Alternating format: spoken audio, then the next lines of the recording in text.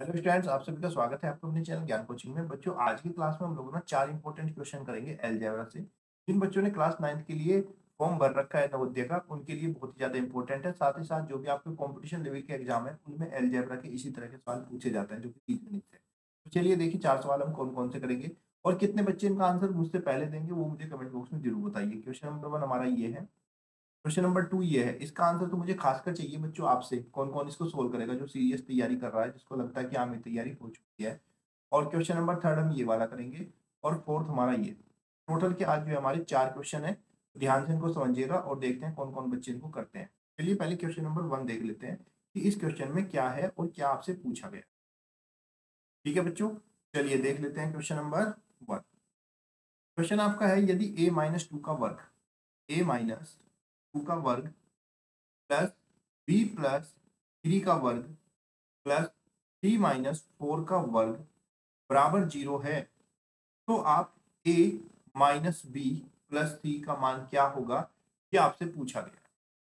ठीक है बच्चों, तो एक कंसेप्ट है इसका, बहुत ध्यान से समझना और उस चीज को समझ के लगाने की कोशिश भी करना कि जो मैंने बताया वो आप लोगों को समझ में आया कि नहीं।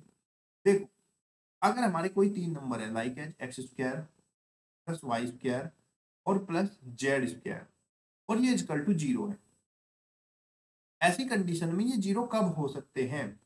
भाई एक बात देखो, आपका कोई नंबर देखो 0 कब हो सकता है। मान लीजिए मैं आपको 5 में से 5 माइनस करूं तो ये 0 हो गया।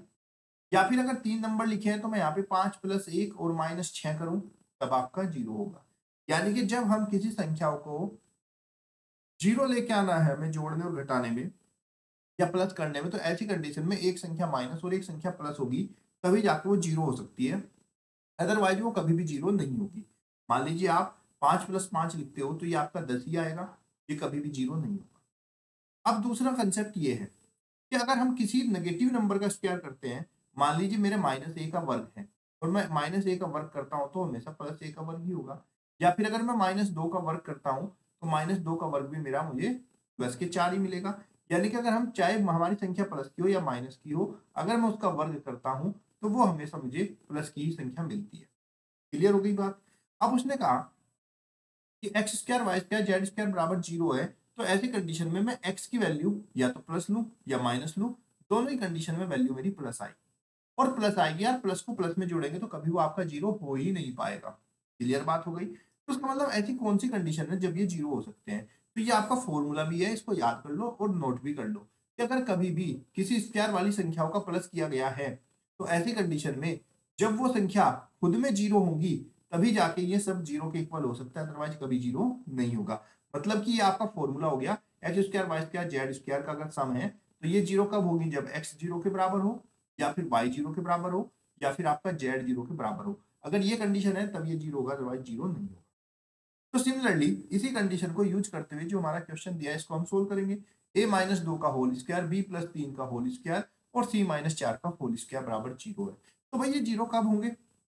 जो स्क्वायर वाली वैल्यू है, जिसका स्क्वायर अगर वो 0 के बराबर होगी तभी तो 0 हो सकते हैं। तो इसका मतलब इसके अनुसार मैं लिख सकता हूं कि अगर ये 0 के बराबर है इनका सम, तो a-2 बराबर कितना होगा आपका, 0 हो जाएगा। और a-2 बराबर अगर 0 है तो a बराबर कितना होगा, -2, इधर आके प्लस का 2 होगा, तो a का मान मुझे 2 मिल जाएगा। इसी प्रकार से b+3 भी किसके बराबर होना चाहिए, 0 के, तो b+3 बराबर हमारा 0 होगा। b बराबर जो 3 प्लस है इधर माइनस हो जाएगा, तो b की वैल्यू मुझे -3 मिल जाएगी। इसी तरह से c-4 का वर्ग जो है, तो यहाँ पे c-4 भी बराबर 0 के होगा, तो c बराबर हमारा 4 वैल्यू मिल जाएगी। अब मुझे बच्चों a, b और c तीनों की वैल्यू मिल चुकी है। मुझसे वैल्यू किसकी पूछी गई है? मुझसे वैल्यू पूछी गई है a-b प्लस c की। तो बच्चों इसी प्रकार a-b प्लस c बराबर, a की वैल्यू है 2, तो माइनस और b की वैल्यू है -3 और c की वैल्यू है मेरी 4। इसको मैं सोल्व करूंगा तो 2 और माइनस माइनस प्लस के 3 और प्लस 4, 4 3 7 2 9, तो इसकी वैल्यू कितनी हो जाएगी हमारी, 9 हो जाएगी। ऑप्शन नंबर सी आपका राइट आंसर।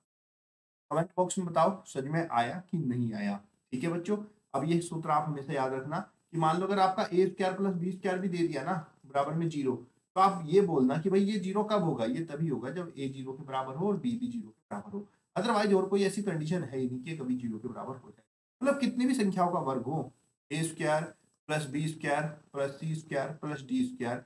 ऐसे भी अगर ये जीरो के बराबर है तो देखो अगर इनके बीच में सब में प्लस है उसके स्क्वायर है, तो ये तभी जीरो हो सकता है जब हमारा ए बराबर जीरो हो, बी बराबर जीरो हो, सी बराबर जीरो हो, डी बराबर जीरो हो। यानी कि जो कंसेप्ट मैं आपको समझाना चाह रहा हूँ मुझे उम्मीद है वो आपको समझ में आया होगा।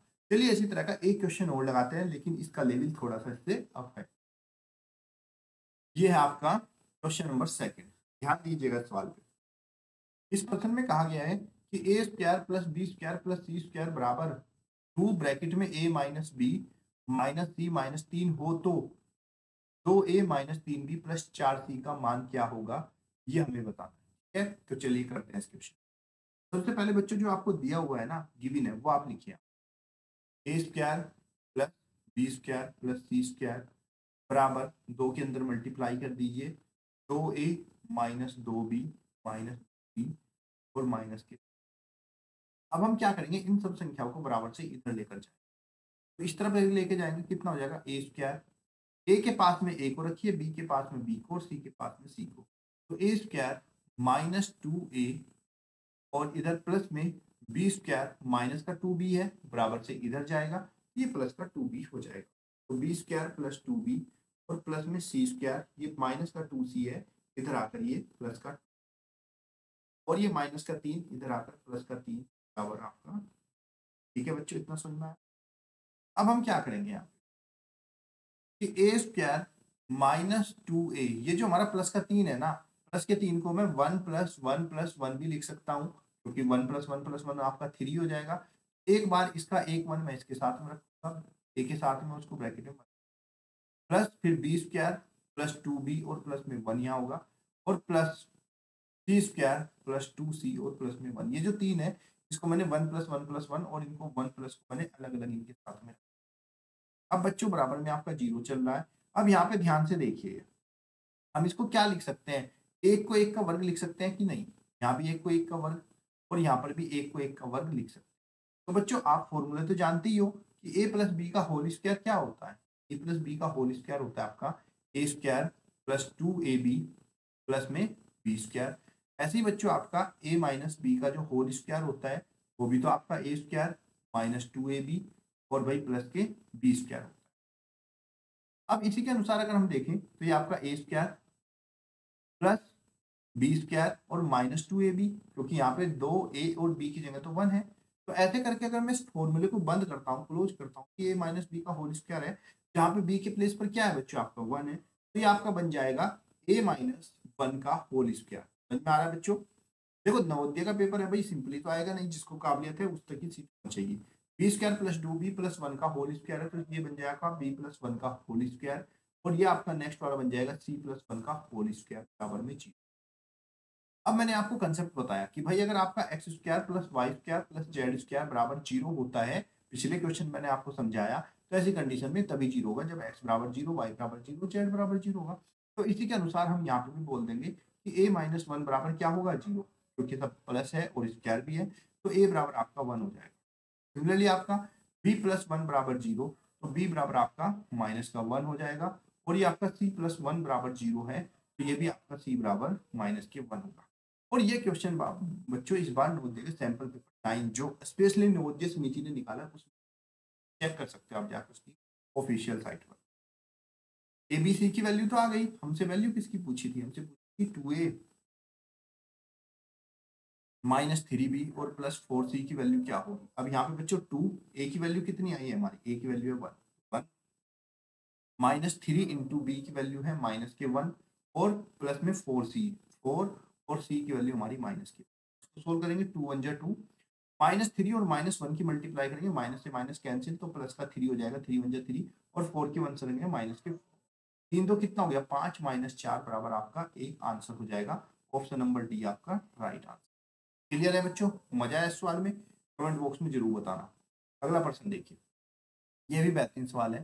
प्रश्न में कहा गया है कि यदि X square minus Y square plus 2yz minus Z square का एक गुणनखंड X plus Y minus Z हो, तो दूसरा गुणनखंड क्या होगा, हमें ये बता। ठीक है बच्चों, तो चलिए करते हैं सवाल, इसके गुणनखंड निकाल लेते हैं। क्या आपका x square minus Y square plus में 2yz और माइनस जेड स्क्वायर, अब एक चीज ध्यान देना बच्चों, आपने फॉर्मूला पढ़ा है a माइनस बी का होल स्क्वायर। जब आप a माइनस बी का होल स्क्वायर करते हो तो उसमें आपका a स्क्वायर प्लस 2ab और प्लस b का होल स्क्वायर होता है। अगर हम a प्लस बी का होल स्क्वायर, ठीक है बच्चों, अगर हम a माइनस बी का होल स्क्वायर करते हैं ऐसी कंडीशन में a स्क्वायर माइनस 2ab और प्लस का बी स्क्वायर होता है।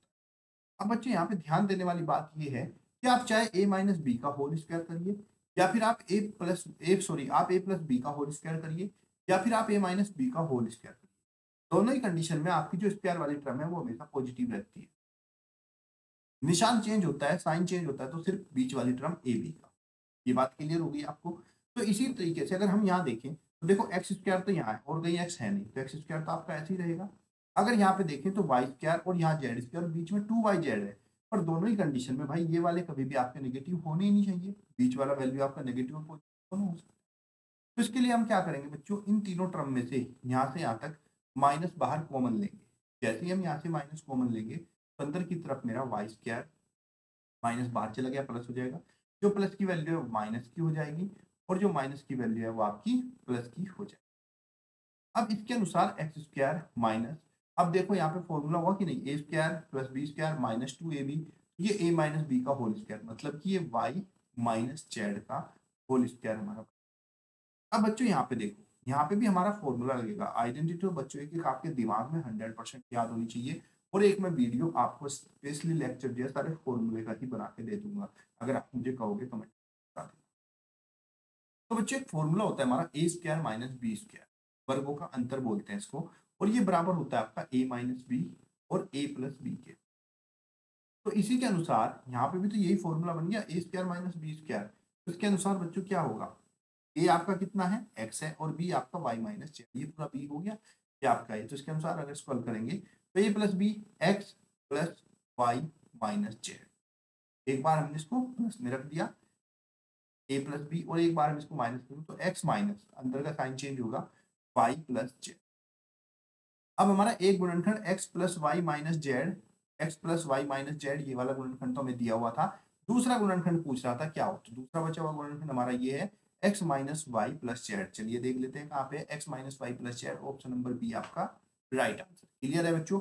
देखो अलजेब्रा के लिए ना हमें चीजों को इमेजिनरी दिमाग में रखनी चाहिए, कहाँ पे क्या यूज होगा, और आइडेंटिटी तो 100% आपको याद होनी चाहिए। अगला प्रश्न देख लीजिए, ये प्रश्न आपका x minus one upon x का होल स्क्वायर बराबर 36 है, तो इसका मान बताइए क्या होगा। बहुत ही मजे का सवाल है, चलिए करते हैं। देखो बच्चों यहाँ पे x minus one upon x का होल स्क्वायर दिया है और वो बराबर है कितना है 36।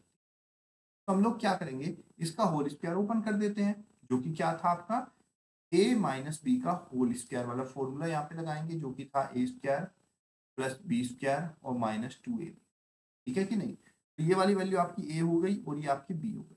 इसके अनुसार जब हम इसको फॉर्मूले को ओपन करेंगे तो बच्चों ए स्क्वायर यानी कि एक्स का square plus B square one upon x का होल स्क्वायर और minus 2ab minus 2 into x into one upon x, और बराबर में कितना 36 करेंगे तो x square plus one upon x का होल स्क्वायर, क्योंकि वन का स्क्वायर तो वन, एक्स एक्स कट जाएगा, माइनस 2 बराबर कितना आपका 36 हो जाएगा। तो इसी के अनुसार हम इसको हल करेंगे तो x square plus one upon x square बराबर माइनस का जो 2 है ये बराबर से इधर जाएगा और आकर ये आपका प्लस हो जाएगा 36 प्लस 2। अब आपका ये x square plus one upon x square बराबर 36, तो कितना हो गया आपका 8। लेकिन हमसे मान पूछा है एक्स की घात 4 प्लस वन अपॉन एक्स की घात 4 का, अभी तो एक्स की घात 2 ही आया, तो हम क्या करेंगे दोनों ओर का फिर से वर्ग कर देंगे, दोनों ओर का वर्ग कर देंगे, स्क्वायर बोथ साइड। अब स्क्वायर बोथ साइड करेंगे तो ये हमारा बच्चों आपका x square plus one upon x square का होल स्क्वायर, और बराबर इधर का भी स्क्वायर करेंगे, ये बच्चों हमारा 38 का स्क्वायर हो जाएगा। जब बच्चों होल स्क्वायर करेंगे तो ये आपका ए स्क्वायर स्क्वायर का स्क्वायर एक्स की घात 4 प्लस बी का स्क्वायर वन अपॉन एक्स की घात 4 और plus 2ab 2 into x square into में वन अपॉन एक्स स्क्वायर बराबर 38 का स्क्वायर, 38 गुना 38 करेंगे तो आपका 1444 आ जाए। अब यहाँ से बच्चों हम इसको एक्स स्क्वायर से एक्स स्क्वायर कैंसिल हो गया, तो ये आपका बच्चों एक्स स्क्वायर सॉरी एक्स की घात 4 प्लस वन अपॉन एक्स की घात 4 बराबर 1444 माइनस ये जो आपका 2 प्लस है इधर बचा हुआ, इधर आकर ये माइनस हो जाएगा, तो माइनस का 2, तो आपका आंसर आ जाएगा 1442, 1442। ऑप्शन नंबर ए आपका राइट आंसर हो। क्लियर है बच्चों? उम्मीद करता हूँ आपको ये सारे क्वेश्चन समझ में आए होंगे। तो बच्चों वीडियो को शेयर कर लेना और चैनल को सब्सक्राइब कर लेना, क्योंकि बच्चों पेपर में आपको बार बार ऐसे ही क्वेश्चन पूछे जाते हैं। और दूसरी बात, क्लास 9 के क्वेश्चन है, बहुत ही इंपॉर्टेंट है। और दूसरी बात ये है कि बच्चों देखो, नवोदय की तैयारी कर रहे हो तो मन से करिए, क्योंकि यहाँ पे काबिलियत को ही चांस मिलता है। ऐसा नहीं है कि आप तीर तुक्के मार के आंसर ले आओगे, नहीं, क्योंकि पेपर जो है वो अलग ही और एक स्पेशल लेवल का पेपर है। ऐसा नहीं है तो ऐसा अगर कोई भी कर सकता है। जो बच्चा पढ़ाई कर रहा है, तैयारी कर रहा है अच्छे से, वो इसको सोल्व कर पाएगा। अदरवाइज ऐसे नॉर्मली ये सोल्व नहीं हो पाएगा। तो उम्मीद करता हूँ आपको चारों क्वेश्चन अच्छे से आ गए होंगे। तो वीडियो को शेयर और लाइक जरूर कर देना और चैनल को सब्सक्राइब, क्योंकि आने वाले सारे लेक्चर्स में आपको सिर्फ नवोदय की ही तैयारी कराई जाएगी, जिससे कि आप अपना पेपर अच्छे से दो और अपनी। धन्यवाद।